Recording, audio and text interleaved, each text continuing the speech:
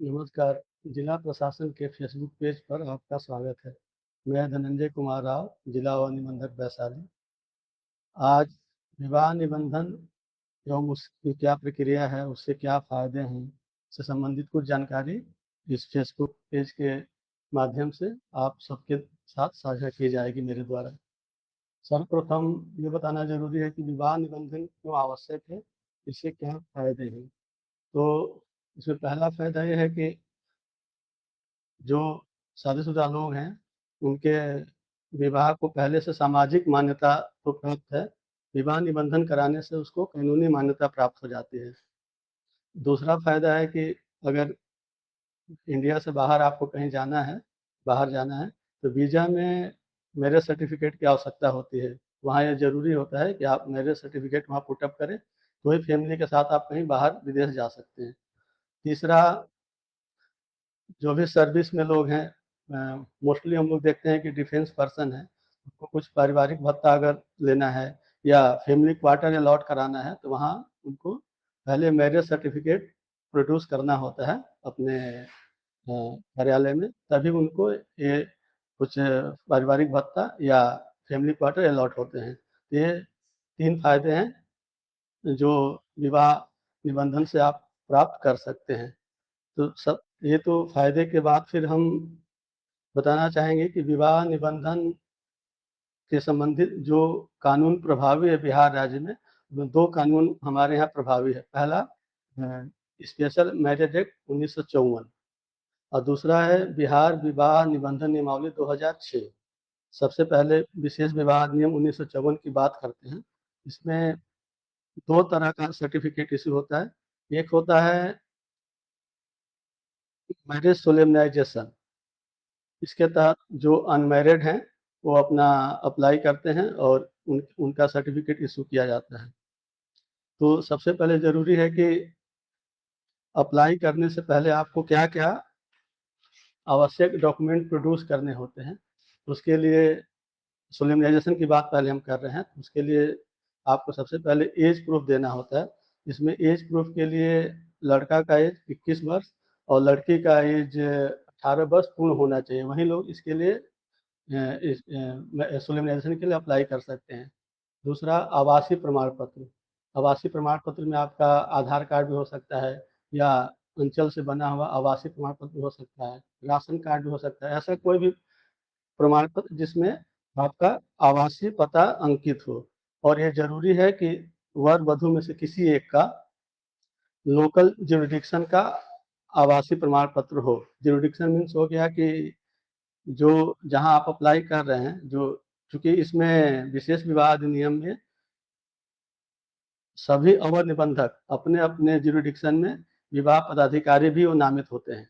जैसे वैशाली की बात करें, अगर हाजीपुर जिला निबंधन कार्यालय में अगर आपको अप्लाई करना है सोलेमनाइज़ेशन के लिए, तो हाजीपुर का ज्यूरिडिक्शन है हाजीपुर अंचल और बिदुपुर अंचल।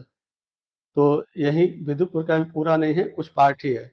तो और राघोपुर अंचल का कुछ पार्ट। तो यहाँ के लोग यहाँ अप्लाई कर सकते हैं। उसी तरह अगर पातेपुर अ, में अगर आपको सोलेमनाइज़ेशन के लिए अप्लाई करना है, तो पातेपुर का संपूर्ण अंचल और 5 पंचायत है जंदाहा का, वहाँ के लोग वहाँ अप्लाई कर सकते हैं।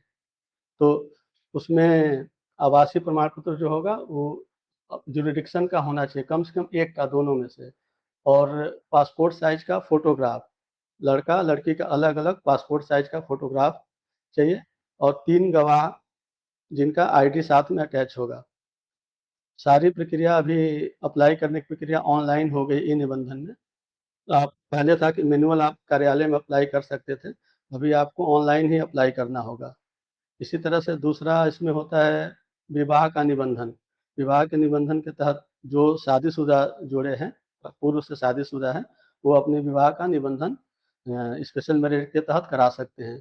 इसमें भी कुछ अनुलग्नक आवश्यक दस्तावेज़ चाहिए, उसमें भी है कि आपका एज प्रूफ देना होगा, हस्बैंड-वाइफ क्योंकि वो शादीशुदा हैं इसलिए हस्बैंड-वाइफ दोनों का एज कम से कम 21 वर्ष पूर्ण होना चाहिए।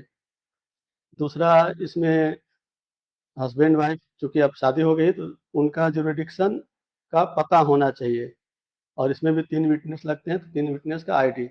चूँकि पहले बता चुके हैं कि सारी प्रक्रिया ऑनलाइन है, तो रजिस्ट्रेशन के केस में भी आपको ई निबंधन के पोर्टल पे जाके ऑनलाइन अप्लाई करना होगा। सारे डॉक्यूमेंट जैसे रेसिडेंस प्रूफ, एज प्रूफ और जो आईडी लगना है विटनेस का, सारा अपलोड करना होगा। फोटोग्राफ भी अपलोड करना होगा।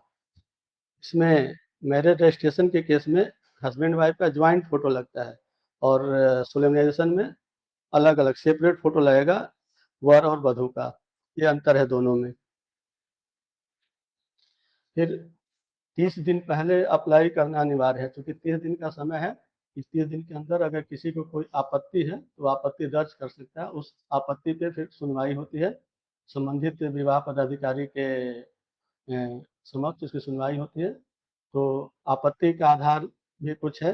जैसे आपत्ति का आधार हो सकता है कि कोई इस तरह का आपत्ति कर दे कि जो शादी के लिए अप्लाई किए हैं पूर्व से वो शादीशुदा है। फिर प्रमाण अगर देगा तो उस आधार पे उसका आपत्ति के आधार पर सुनवाई होगा और रिजेक्ट भी किया जा सकता है। या कोई अगर लड़का लड़की अप्लाई किया, लड़का लड़की, या कोई इस तरह का कंप्लेन कर दे कि लड़की माइनर है या अनसाउंड माइंड है, तो उस आधार पे भी सुनवाई होगा और रिजेक्शन किया जा सकता है। दूसरा है विवाह बिहार विवाह निबंधन नियमावली 2006। इसके तहत अपने अपने क्षेत्राधिकार में सभी मुखिया विवाह निबंधक होते हैं और टाउन एरिया में वार्ड पार्षद अपने अपने क्षेत्राधिकार में विवाह निबंधक होते हैं। तो वार्ड पार्षद और मुखिया ये संबंधित विवाह पदाधिकारी के कार्यालय से इसका रजिस्टर की कॉपी और मैरिज सर्टिफिकेट का प्रारूप प्राप्त कर सकते हैं। वो अपने अपने क्षेत्राधिकार में विवाह का निबंधन कर सकते हैं और उसकी एक कॉपी उनको संबंधित विवाह पदाधिकारी को भेजनी होती है, जो उनके यहाँ रिकॉर्ड में मेंटेन किया जाता है। तो यही दो तरीके हैं जिनसे आप अपने अपने विवाह का निबंधन करा सकते हैं। तो स्पेशल मैरिज एक्ट के तहत जिसमें 30 दिन पहले आपको अप्लाई करना होगा। दूसरा बिहार विवाह निबंधन नियमावली 2006 के तहत, जिसमें आप वार्ड पार्षद या संबंधित मुखिया के यहाँ अप्लाई करके मैरिज सर्टिफिकेट प्राप्त कर सकते हैं। धन्यवाद।